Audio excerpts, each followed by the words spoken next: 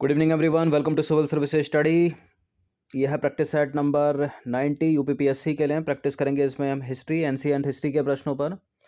और इस test series की प्लेलिस्ट का लिंक आपको डिस्क्रिप्शन बॉक्स में मिल जाएगा। वहाँ पर आप टेस्ट नंबर 1 से लेकर 90 तक पहुँच सकते हैं। टेलीग्राम चैनल से जरूर जुड़ जाइएगा सिविल सर्विसेज स्टडी के हर टेस्ट का नोटिफिकेशन सही समय पर पाने के लिए। जितने भी स्टूडेंट यूकेपीएससी वाले हैं साथ साथ प्रैक्टिस करते रहिएगा। तो पहला प्रश्न है, निम्नलिखित घटनाओं को कालानुक्रम सजाना है आपको। ये यूपीएससी और यूपीपीसीएस दोनों में पूछे जाने लगे हैं कालानुक्रम वाले प्रश्न। पहले तो यूपीपीसीएस में पूछे जाते थे, लेकिन 3 से 4 वर्षों में जो है यूपीएससी ने भी हिस्ट्री में ट्रेंड डाल दिया है। तो विजयनगर के कृष्णदेव राय का शासनकाल, कुतुब मीनार का निर्माण, पुर्तगालियों का भारत आगमन, फिरोज शाह तुगलक की मृत्यु। बताइए सबसे पहले क्या और सबसे बाद में क्या। देखिए, कुतुब मीनार का निर्माण कुतुबुद्दीन ऐबक ने नींव रखी थी उसकी, और जो है पूरा किया था इल्तुतमिश ने, लेकिन कुतुब मीनार वाला समय काउंट होगा तो 1133 वाला हो गया ये ईस्वी। फिर फिरोज शाह तुगलक की मृत्यु हो जाएगी 1388 में, और वास्को डिगामा भारत की खोज 1498, और 1529 वाला समय हो जाएगा विजयनगर के कृष्णदेव राय का। यानी विजयनगर एक सबसे लास्ट में आना चाहिए, तो सबसे लास्ट वाला एक होना चाहिए, या तो डी है या ए है, लेकिन कुतुब मीनार का निर्माण सबसे पहले, तो ए ही हो जाएगा इसका आंसर। फिर उसके बाद फिरोज शाह तुगलक की मृत्यु, पुर्तगालियों का भारत आगमन, और सबसे अंत में है विजयनगर के कृष्णदेव राय का शासनकाल। तो कुतुब मीनार का निर्माण कुतुबुद्दीन ऐबक के द्वारा 1113 है, ठीक है, और इसको पूरा करवाया इल्तुतमिश ने। और चौथी मंजिल इसकी क्षतिग्रस्त हो गई थी, जिसको एक और मंजिल बनवाई थी फिरोज शाह तुगलक ने। फिरोज शाह तुगलक की मृत्यु हुई थी 1388 में, पुर्तगालियों का भारत आगमन 1498, वास्को डी गामा के नेतृत्व में। और कृष्णदेव राय का शासनकाल है 1509 से 1529। दूसरा प्रश्न है, आइन उल मुल्क मुल्तानी ने इनमें से किस शासक के अधीन सेवा नहीं की थी। किस शासक के अधीन सेवा नहीं की थी। देखिए, अलाउद्दीन खिलजी के अधीन की थी, मोहम्मद बिन तुगलक के अधीन की थी, फिरोज शाह तुगलक के अधीन की थी, लेकिन इल्तुतमिश के अधीन नहीं की थी। तो आइन उल मुल्क मुल्तानी ने अलाउद्दीन खिलजी, मोहम्मद बिन तुगलक, फिरोज शाह तुगलक के अधीन अपनी सेवाएं प्रदान की। क्वेश्चन नंबर 3 पर आ जाइए। निम्नलिखित मध्यकालीन विद्वानों में से कौन जैन धर्म का अनुयायी था। मालधर वसु, हेमचंद्र सूरी, पार्थ सारथी सारण। हेमचंद्र सूरी। तो हेमचंद्र सूरी मध्यकालीन विद्वान या लेखकों में जैन धर्म का अनुयायी था, और वह जयसिंह सिद्धराज के दरबार को सुशोभित करता था। उसी से प्रभावित होकर जयसिंह सिद्धराज ने आबू पर्वत पर एक मंडप का निर्माण करवाया था, और उसमें जैन तीर्थकरों की मूर्तियां स्थापित करवाई थी, जो अब एक जैन तीर्थ के नाम से जाना जाता है। नंबर 4 पर आ जाइए। 13वीं और 14वीं शताब्दियों में भारतीय कृषक खेती नहीं करता था। गेहूं की करता था, जौ की करता था, चने की करता था, लेकिन मक्का की नहीं करता था। तो देखिए, भारतीय कृषि जो है भारतीयों की जीविका का मुख्य आधार थी। भारत की अधिकांश जनसंख्या कृषक ही थी। उर्वर भूमि एवं सिंचाई के साधनों की व्यवस्था के कारण यहाँ उपज जो है बहुत अधिक होती थी, और देश के विभिन्न क्षेत्रों में भिन्न भिन्न फसलें बोई जाती थी। 13वीं-14वीं शताब्दी में भारतीय कृषक गेहूं की, जौ की, चावल, कपास की और चने आदि की खेती करते थे, परंतु मक्के की खेती नहीं करते थे। नंबर 6 पर आ जाइए। दस्तार बंदान कौन कहलाते थे। सूफी संत, खान मलिक, उलेमा कहलाते थे। तो सल्तनत काल में ऊंचे धार्मिक और न्यायिक पदों पर बैठे व्यक्ति, ठीक है, उनको जो है उलेमा कहते थे। मतलब एक तरह से दस्तार बंदान पगड़ी पहनने वाले, क्योंकि वे सिर पर आधिकारिक तौर पर पहनी जाने वाली पगड़ी धारण करते थे। नंबर 6 पर आ जाइए। निम्नलिखित यात्रियों के पधारने का सही अनुक्रम क्या रहा होगा। Ibn Battuta, ट्रेवनियर, मनुची, Al-Biruni. सबसे पहले अलबरूनी आएगा, ठीक है।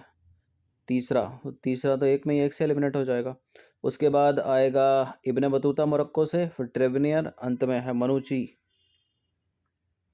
तो अलबरूनी महमूद गजनबी के भारत आक्रमण के समय उसके साथ भारत आया था। इब्न बतूता मोरक्को का निवासी था, वह मोहम्मद बिन तुगलक के शासनकाल में भारत आया था। नंबर 7 पर आ जाइए। भारत में पोलो खेल का प्रचलन किया किसने। पोलो खेलकर चौगान बोलते थे इसको। ठीक है, मृत्यु हो गई थी किसकी, पूछते हैं एग्जाम में प्रश्न। तुर्कों ने। तो भारत में पोलो खेल का प्रचलन तुर्कों ने किया था। कुतुबुद्दीन ऐबक पोलो यानी चौगान का शौकीन था, चौगान बोलते थे इसको। और इसी खेल के दौरान घोड़े से गिर जाने के कारण 1210 में उसकी मृत्यु हो गई थी।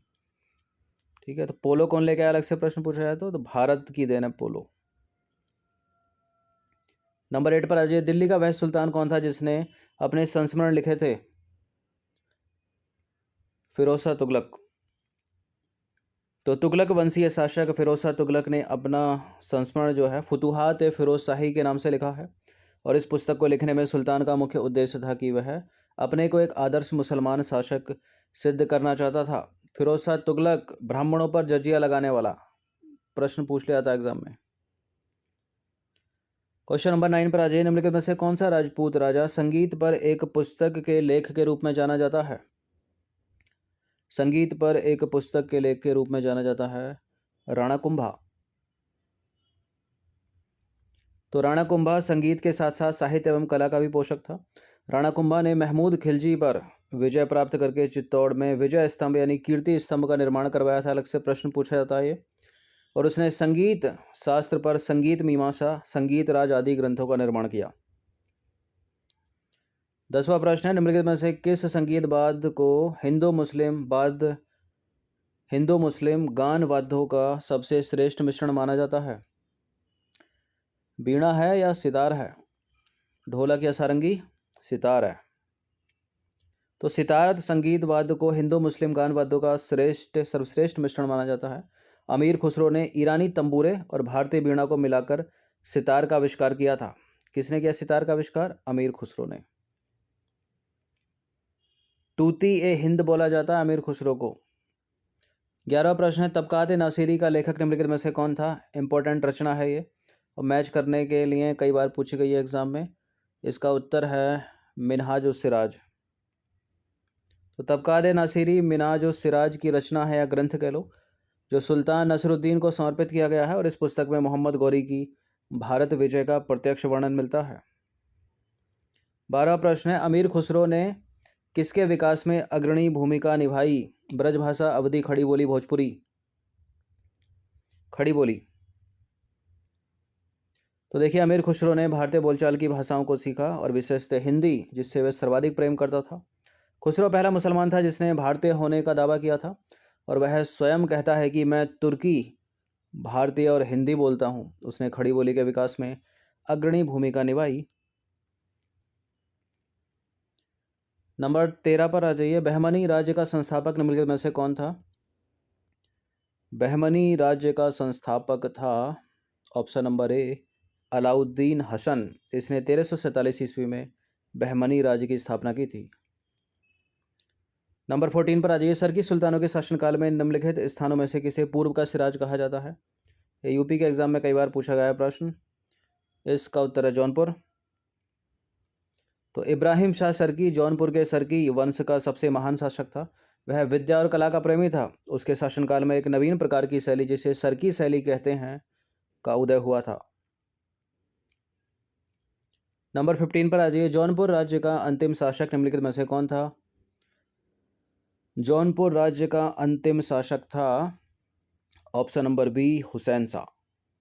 तो देखिए जौनपुर शहर की स्थापना जो है सुल्तान फिरोज शाह तुगलक ने अपने चचेरे भाई सुल्तान मोहम्मद बिन तुगलक की स्मृति में की थी। 1394 ईस्वी में मलिक सरवर ने जौनपुर में स्वतंत्र सरकी राज्य की स्थापना की थी। और 1479 में बहलोल लोदी ने जौनपुर के शासक हुसैन शाह को पराजित करके जौनपुर को पुनः दिल्ली का अंग बना लिया। तो अंतिम शासक कौन? हुसैन शाह। तो option number B is correct answer.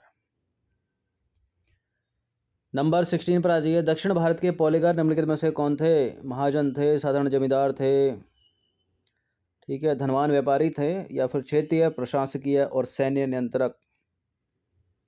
क्षेत्रीय प्रशासकीय और सैन्य नियंत्रक थे पॉलीगर। यूपीएससी तक में प्रश्न पूछा जा चुका है ये वाला। देखिए पॉलीगर सामंतवादी उपाधि थी जो दक्षिण भारत के नायक शासकों द्वारा 16वीं और 18वीं शताब्दी के दौरान नियुक्त किए गए क्षेत्रीय प्रशासकीय और सैन्य नियंत्रकों के एक वर्ग को प्रदान की गई थी। नंबर 17 पर आ जाइए। असम एवं कूच बिहार में वैष्णव धर्म का प्रवर्तन किसने किया था? असम एवं कूच बिहार में वैष्णव धर्म का प्रवर्तन किया था किसने? शंकरदेव ने। तो असम और कूच बिहार में वैष्णव धर्म का प्रवर्तन शंकरदेव ने किया था, सीधे सीधे याद रखिएगा। नंबर 18 पर आ जाइए। निम्नलिखित में से किस भक्ति संत ने अपने संदेश के प्रचार के लिए सबसे पहले हिंदी का प्रयोग किया? दादू, कबीर, रामानंद या तुलसीदास? किसने किया? रामानंद ने। Option number C. तो उत्तर भारत में रामानंद भक्ति आंदोलन के प्रथम प्रवर्तक थे, जिनका जन्म हुआ था 1299 ईस्वी में प्रयाग के कन्याकुब्ज ब्राह्मण परिवार में, और यह सगुण ईश्वर में विश्वास करते थे, और इन्होंने सबसे पहले संदेश का प्रचार हिंदी भाषा में किया। ठीक है। कबीर की भाषा तो सदुक्कड़ी थी। नंबर 19 पर आ जाइए। मलुक दास एक संत कवि थे, आगरा के, अयोध्या के, काशी के, कौशाम्बी। ठीक है। कड़ाई कड़ा के थे ये, वर्तमान में उत्तर प्रदेश का कौशाम्बी है वो। तो मलुक दास कड़ा के संत कवि थे। संत मलुक दास का जन्म हुआ था लाला सुंदर दास खत्री के घर में 1474 ईस्वी में, और उत्तर प्रदेश के कड़ा में हुआ था। ठीक है। वर्तमान में कौशाम्बी जिला है ये। 20वां प्रश्न है, अंतिम प्रश्न है। निम्नलिखित में से किसके शासनकाल में गुरु नानक देव ने सिख धर्म की स्थापना की थी? तो गुरु नानक देव हो गए सिखों के पहले गुरु। सिखों के कुल कितने गुरु हैं? सिखों के कुल 10 गुरु हैं। ठीक है। 10वें इंपॉर्टेंट, पहले इंपॉर्टेंट, 5वें इंपॉर्टेंट, 9वें इंपॉर्टेंट, और 10 के 10 का भी नाम याद होना ही चाहिए। तो किसके शासनकाल में गुरु नानक देव ने सिख धर्म की स्थापना की थी? बताइए। अकबर, हुमायूं, सिकंदर लोदी या Firoz Shah Tughlaq? Option number B, Sikandar Lodi. तो गुरु नानक ने सिख धर्म की स्थापना सिकंदर लोदी के समय में की थी। गुरु नानक जो है एकेश्वरवाद में विश्वास करते थे। ठीक है। निर्गुण ब्रह्मा की उपासना पर बल देते थे वो, और उनका मानना था कि ईश्वर एक है, निर्गुण है, निरंकार है, और अवतारवाद में विश्वास नहीं करते थे गुरु नानक। ठीक है।